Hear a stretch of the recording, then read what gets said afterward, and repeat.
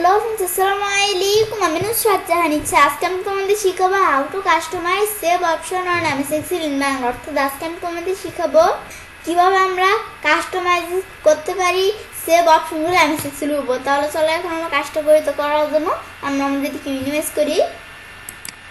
Minimise কাজটা করার জন্য আমরা আমাদের MS Excel ওপেন করি। বেশ MS Excel ওপেন করার পর কাজটা করার জন্য আমরা আমাদের ফাইল মেনুতে যাই, যাওয়ার পর আমরা অপশনসে যাই। বেশ অপশনসে আসার পর আমরা এখন এখান থেকে কোথায় যাবো, এখন আমরা আমাদের সেভ অপশনে যাই। বেশ সেভ অপশনে আসার পর এখন আমি কি করব, সেভ অপশনে আসার পরে এখন আমরা আমাদের এখান থেকে প্রথমে দেওয়া আছে সেভ ফাইলস আমাদের save files in this format. তো আমাদের যদি এখানে ক্লিক করি তো এখন আমরা আমাদের এখান থেকে রিয়েলি আমরা যখন আমাদের কোনো ফাইল সেভ করি তা কোন ফরম্যাটে সেভ হয়, এক্সেল ওয়ার্কবুক ফরম্যাটে সেভ হয়। কিন্তু আমি যদি অন্য ফরম্যাট দেখিয়ে দিই তাহলে সেই ফরম্যাটে আমাদের ফাইলটা সেভ হবে। আমি এখান থেকে যদি এই যে এখান থেকে আমি চাইলে এই যে এখান থেকে 2000 তাহলে এই যে আমাদের এখান থেকে আমাদের এই যে এখানে আমরা কোন থেকে আমাদের এই যে এখানে এক্সেল ওয়ার্কবুক দেখা করতে পারি, অথবা আমি যদি এই যে এটা দেখাই এই যে আমাদের এখান থেকে এক্সেল এই যে আমাদের 97 থেকে আমাদের 23 ভার্সন এটা যদি দেখাই তাহলে এই ভার্সনে আমাদের কি হবে, আমাদের ফাইলটা সেভ হবে। তো আমি চাইলে এগুলো দেখাইতে পারি। এই বিষয়গুলো দেখাইলে আমার যেই টাইপের দেখাবো সেগুলো আমরা দেখো ফরম্যাটও বলতে পারি, টাইপও বলতে পারি। তো আমার যেই ফরম্যাট এই যে লেখা আছে ফরম্যাট অথবা টাইপও বলতে পারি। তো আমাদের যেই ফরম্যাট অথবা যেই টাইপের প্রয়োজন এখান থেকে আমরা নিতে পারি। তো আমাদের এক্সেল ওয়ার্কবুক থেকে এটাই রাখলাম।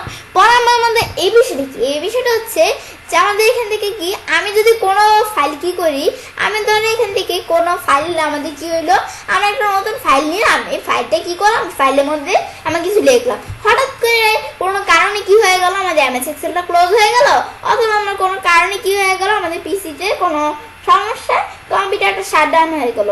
শাটডাউন হওয়ার পরে কিন্তু আমরা আমাদের যেই লেখাগুলো শিটে লিখছিলাম ওই লেখাগুলো সেভ করি না, কিন্তু ওগুলো আমাদের খুব প্রয়োজনীয় লেখা ছিল যেগুলো লিখছিলাম, কিন্তু আমাদের ওয়ার্কবুকটা কি করি না, সেভ করি না।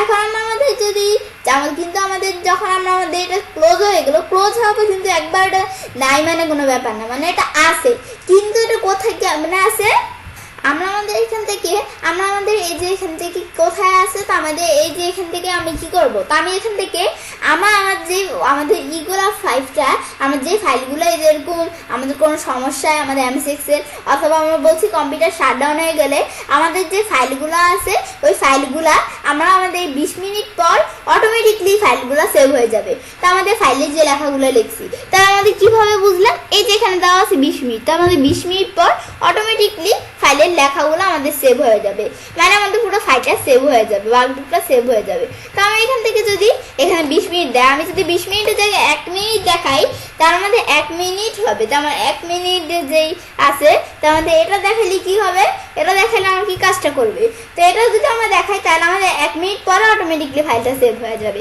আমরা যদি কোনো কারণে MS Excelটা ক্লোজ হয়ে যায় অথবা আমাদের কম্পিউটারটা শাটডাউন হয়ে যায় তখন আমরা এখান থেকে এই বিষয়টা করবে।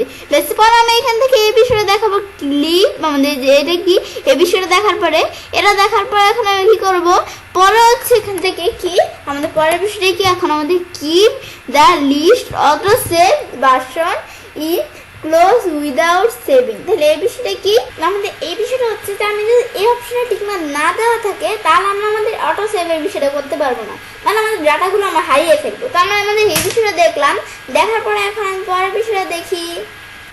বেশ এখন আমরা আমাদের যখন এই বিষয়টা দেখার জন্য কি করব, তো এখন আমি এই বিষয়টা দেখতে বলছি। তো এই বিষয়টা দেখার জন্য এখন আমি কি করব, তো আমাদের এখানে দেওয়া আছে কি সি ড্রাইভ ফিউচার টেকনোপার্ক, এই যে এখানে আমাদের এই লোকেশনটা দেওয়া আছে।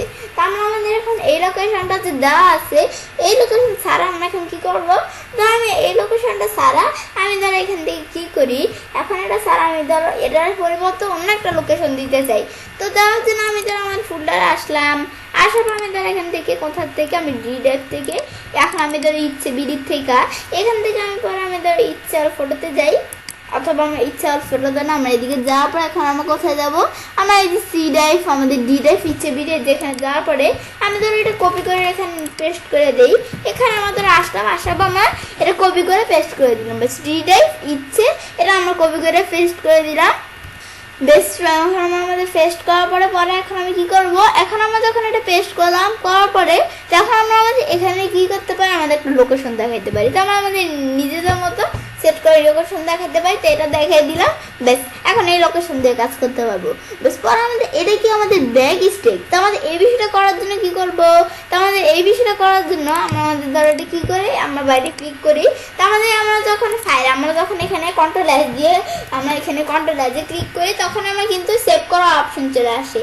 কিন্তু আমাদের যে সেভ করা অপশন চলে আসে, এর আগে কিন্তু একটা বিষয় এখানে দেখাইতেছে। তো কি বিষয়টা, এটা আমি যখন সেভ করি তখনই যে ব্যাক স্টেজটা চলে আসে।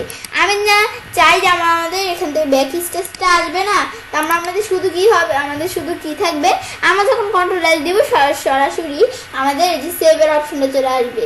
তাহলে আমি কি করব, সেজন্য আমি আমাদের যদি এই যে অপশনটা টিকমার্ক দিয়ে আমরা এন্টার দিয়ে এখন আমি যদি এখান থেকে আমি যদি কন্ট্রোল এস চাপ দিই এখন কিন্তু ওদিকে যেতেছে না। তো এটা এখন সরাসরি সেভের এই বক্সটা চলে আসছে।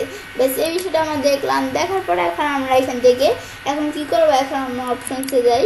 বেশ, এই বিষয়টা দেখার পরে আমি সেভে যাই। বেশ, সেভে যাওয়ার পর আমি যখন এই বিষয়টা দেখলাম, দেখার পরে এর পরের বিষয়গুলো দেখতে পারি, এই যে এডিশনাল প্লেস, এই বিষয়গুলো আমরা দেখতে পাই। তো এখন আমি এখানে দেখবো না। তো আমি এর বিষয়টা দেখার পরে ওই ডিফল্ট লোকাল ফাইল লোকেশন আমি চাইলে এখানে ক্লিক করি। লোকাল আমাদের ফাইল লোকেশন, যেটা হচ্ছে লোকাল ফাইল লোকেশন, আর এটা কি ডিফল্ট পার্সোনাল টেমপ্লেট লোকেশন। তো এটা আমাদের পার্সোনাল টেমপ্লেটের লোকেশন। তো আমাদের এই দুইটাই লোকেশন, শুধু আমাদের এটা হচ্ছে লোকাল আর এটা হচ্ছে আমাদের যে এটা হচ্ছে লোকাল ফাইল লোকেশন, আর এটা হচ্ছে পার্সোনাল টেমপ্লেট লোকেশন।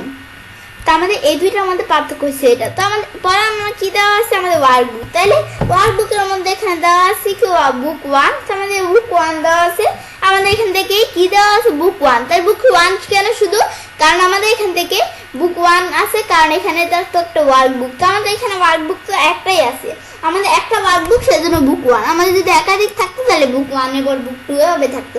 পরে আমাদের ডিজেবল। তাই আমাদের এই বিষয়টা কি, আমি যদি এখানে এই বিষয়টা হচ্ছে যে আমি যদি চাই যে আমাদের ডাটা আমাদের এই যে আমাদের অটো রিকভারির বিষয়টা যদি চাই যে আমি করবো না, এটা ডিজেবল করে দিব। তাইলে আমি যদি এখানে ক্লিক করি তাহলে আমাদের অটো রিকভারির বিষয়টা কি হয়ে যাবে, ডিজেবল হয়ে যাবে। তা আমরা এটা দিলে এই বিষয়টা করবে। তো আমরা আমাদের এছাড়া আমার চ্যানেলে কিন্তু অটো রিকভারির উপর আমার চ্যানেলে আলাদা একটা ভিডিও দেওয়া আছে, তুমি তোমার চ্যানেলে দেখতে পারো। তখন আমরা আমাদের এখান থেকে এই বিষয়টা দেখলাম। তো আমরা এই বিষয়টা দেখার পরে এখন পরের বিষয়টা দেখি। তো পরের বিষয়টা কি, তখন আমরা মানে এটা কি, এই বিষয়টা হচ্ছে যে আমি এখান থেকে সার্ভারে আমি এখান থেকে কি বলছি, আমি যদি সার্ভারে আমি যে এই লেখাটা আমি ধরে পড়ে নিয়ে বুঝবো।